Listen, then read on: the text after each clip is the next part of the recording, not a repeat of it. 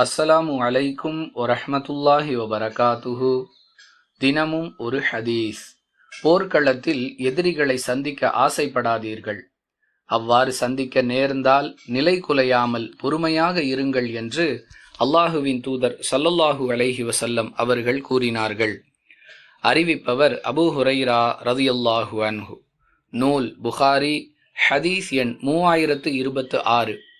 அன்பிற்குரிய அல்லாஹுவின் நல்லடியார்களே, இந்த ஹதீஸ் போர்க்களத்தை பற்றி பேசுகிறது என்றாலும் இதில் நமக்கு அழகிய பாடம் ஒன்று உள்ளது. முதலில் இந்த ஹதீஸ் சொல்லக்கூடிய செய்தி என்ன என்பதை பார்ப்போம். அதாவது, நாமாக யார் மீதும் போர் தொடுத்து செல்லக்கூடாது. அதே நேரத்தில் நம்மை அழிப்பதற்காக யாராவது படையெடுத்து வந்தால் அவர்களை சமாளிப்பது எப்படி என்பதை பொறுமையாக யோசிக்க வேண்டுமே தவிர, அதுபோன்ற சந்தர்ப்பங்களில் நிலை குலைந்து பொறுமை இழந்து விடக்கூடாது என்பது இந்த ஹதீஸ் சொல்லக்கூடிய செய்தி. இதிலிருந்து நமக்கு கிடைக்கக்கூடிய பாடம் என்ன? நாம் யாரிடமும் வீணாக வம்பு வளர்க்கக்கூடாது.